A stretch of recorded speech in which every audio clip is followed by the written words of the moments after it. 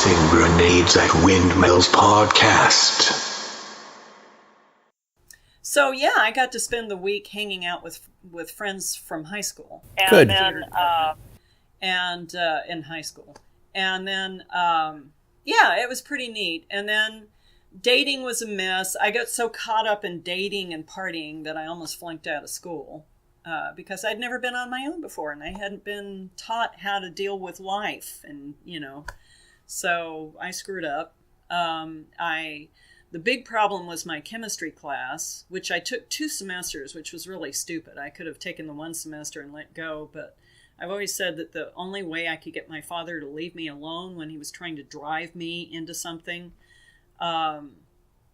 like golf was to be stupid at it, was to fail so abysmally that he gave up. So, when he was trying to teach me golf, I just acted like a clown. Somewhere there are Super 8 videos of me just acting like a complete goof and utterly failing at golf. So he would stop trying to make me learn to play golf, which I hated and still hate. So chemistry, he wanted me to be a biochemist. He kept saying, why do you want to be a veterinarian? Or why do you want to be an actor? And so the only way I could get him to shut up about me being a biochemist, and the only reason he wanted me to be a biochemist is he wanted to brag to his drinking buddies about me. So he also thought I was really, really smart, which is nice, but I didn't find out how brilliant he thought I was until after he died. And my mother had this conversation about how proud he was of me. And it's like, gee, I wish he'd said some of that while he was alive. It would have done me a lot of good to hear from my father that he thought I was brilliant instead of hearing that he thought I was an idiot. Anyway, so yeah, the only way I could get him to leave me alone for the biochemistry was to fail abysmally. I didn't actually fail. I think I got a D the first semester and a D minus the second semester, but that was 8 credits of D. And I was actually getting A's and B's and everything else. And so that really skewed my GPA. But anyway, and then dating boys was miserable for me because I hadn't really experienced that in high school. My experience with boys was horrible. I don't think I talked about my senior prom and that guy. Did I talk about him? I don't even remember his name. Started with a J, that took me to the prom. And then he just disappeared. I had this habit of going out with boys and they just adore me and then they disappear. And, my freshman year in college, was it my freshman year or second year? One of those years, the head of the drama department, we had a guy in the department who was gay. And a student accused him of hitting on him. He was married. He'd been there a long time. And the student had basically been blackmailing him. He got a C in the class and thought he deserved better. And somehow he knew the guy was gay. Maybe the kid was gay too. I don't know. But he went to the board and said that this teacher had hit on him, made a pass at him. And there was a huge trial, and we were all there for him. And he was fired. Whatever, I don't know what happened, but he was fired. Ended up having a divorce, everything else. I don't know what happened to him, but the head of the theater department resigned in protest. And I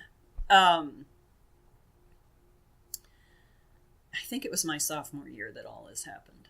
And there was a little blurb about it in the Falls Church newspaper. And my father latched onto that and used that as something to argue about every bloody time I came home. He would latch onto this and rant about this gay teacher at Loretta Heights College, blah, blah, blah, blah, blah. And I would say he was a good teacher. I don't know if he was gay or not. Really? Grandfather was a homophobe? I didn't know that. That's the first time I've ever heard that before. Big time. There were 2 things that, in spite of the fact that he was so progressive about so many things, he really wasn't progressive. He was really very conservative in most ways. But he believed all the bullshit that was pushed by the Republican Party. He he hated Catholics. He was incredibly narrow-minded about Catholics and about gay people. So he latched onto that, but he didn't latch onto it because he was a homophobe, although he was. He latched onto it because it was something to argue about. And I was kind of defensive about my teachers because I loved my teachers there. And it caused problems. So that, yes, it was my sophomore year in college because the guy who ended up becoming the head of the department, this was one of those situations with people who are insecure, that shouldn't be where they are, that have a position of power, that zero in on people that are emotionally vulnerable and become abusive and manipulative. So this was, I can't remember the name of this teacher, but he actually was, he shouldn't have been in the drama department. He should have been in the music department because all of his background was in music. And he just made it his position to take me down and make me fail at every turn because I had been so successful. They ended up making one of the seniors a teacher for one of the classes, and he directed one of the shows that they were doing, the Fantastics, and this, his name was Ross Haley. That was his name, Ross Haley. And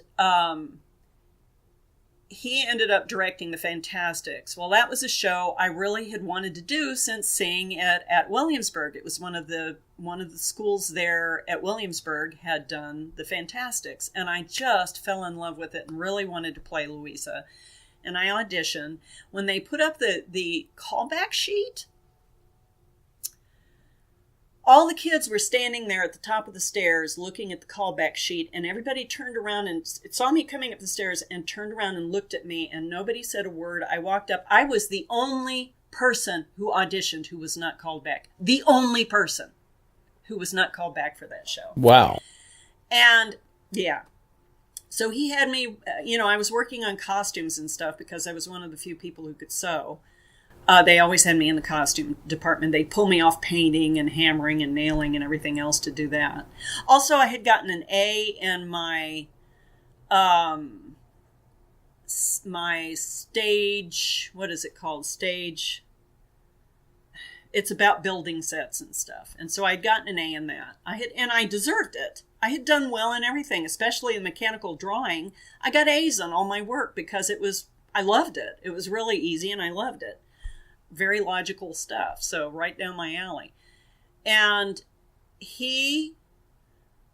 I think I was one of two people that he gave a C to in the class. Oh yeah, when the head of the department left, he had this idiot, and I lost all respect for him because of this. He had us decide for ourselves what grade we would get, And I thought since I got A's in everything I did in class, I should get an A. And he was disappointed in me, but he gave me an A. Well, Ross Haley decided it was his mission to give everybody who got an A, had given themselves an A, to give them a C. And he gave the one girl who decided that she deserved a B, gave her an A. And he was such an idiot. Anyway, he'd pull me out of working on costumes and stuff to go get him a granola bar and a drink at the student center. He just treated me like nothing. He treated me like nothing, and I took it to heart. It really had a profound bad effect on me, and he knew it. That's why he was doing it. But the student director who directed Twelfth Night cast me as a sophomore in the lead in Twelfth Night, which was profound. And it upset a lot of people, especially the theater department head. Anyway, so that was a great experience. But the problem with that is that it was an enormously popular play, and lots of people came out to see it. And these guys would see me on stage and get a crush on me. And I had all these guys calling me to ask me out, and they'd go out with me a few times and then they'd disappear, which was not good for my fragile little ego. I didn't mention that during bus stop my freshman year during the run of the play. Around Christmas time, we ended up having to close the school a week early. I actually took my exams in the infirmary, and I did again at the end of my sophomore year because of mono. I got mono. But my freshman year, we got hit by the Hong Kong flu, and it was really bad. It was, people died, and it was horrible. It really affected the country. Businesses closed, and the school closed a week early, and because there were so many teachers and students out sick, they really couldn't have classes. And I actually got sick on stage. We had one guy in the cast who got sick and vomited out the window of the green room. And I was thinking, gee, I hope nobody's walking by under there.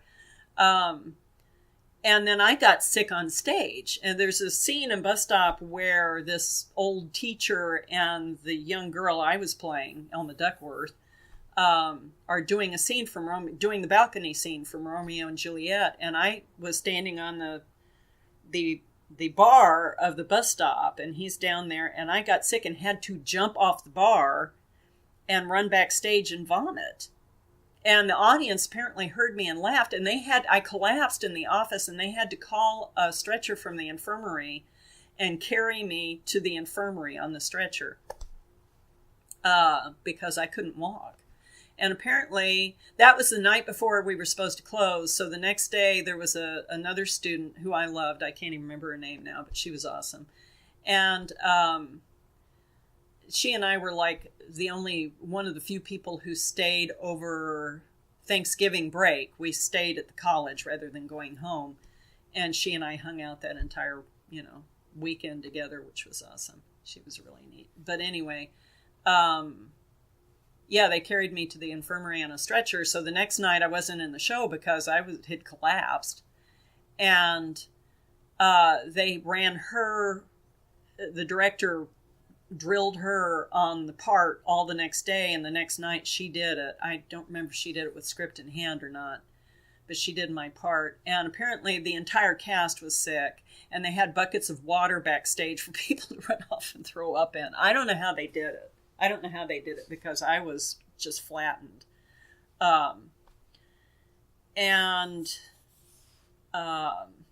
Let's see. So the next year I played the lead in 12th Night, which was awesome. I also, there were guys I dated. There was one guy I dated who I was sure was gay. I guess he wasn't. He ended up getting married and having a child and blah, blah, blah. He was just different. But and he was obsessed with somebody. We had somebody in the department who was gay. I think I know who it was, but he was obsessed, and I met one of the students. He was obsessed with that. Who do you think is a gay person? Because the theater department had said, we have somebody who's this, somebody who's that, somebody who's gay, and it was like, and then it became like gossip for the entire rest of the school year, figuring out who the guy. I guess it could have been the teacher, I guess, but apparently it was one of the students too in the department who's not the one who reported him, I don't think. Anyway, just these petty things. I don't deal well with all of that stuff. But I ended up dating this kid and dating Jim Shand, who was one of the worst mistakes of my entire life. And I made that mistake not just once, but twice. He had really upset me. Was it the end of my sophomore year? I can't remember what year. Well, I think it was at the end of my freshman year by dumping me to date another girl. And of course, in the dorm, the dorm lounge room there where, you'd hang out with the girls' dorm where you'd hang out with your date, he'd bring this girl in. And she was a freak. Anyway, so he wrote me all summer and I didn't write him back. And then we ended up dating again my sophomore year. And then at Christmas, he had this thing for Puerto Rico. Every Christmas he would go to Puerto Rico. And he met a girl there. And I remember him coming back to pick me up from college. And he he gave me a watch for Christmas present, and I said, "You met met a girl, didn't you?" And he said, "How did you know?" And I said, "'Cause I know you." I was always saying that to guys. I know you better than you think I do.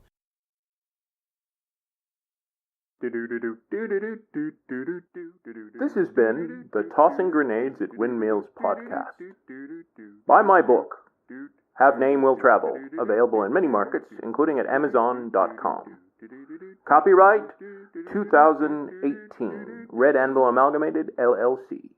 To fight the forces of evil!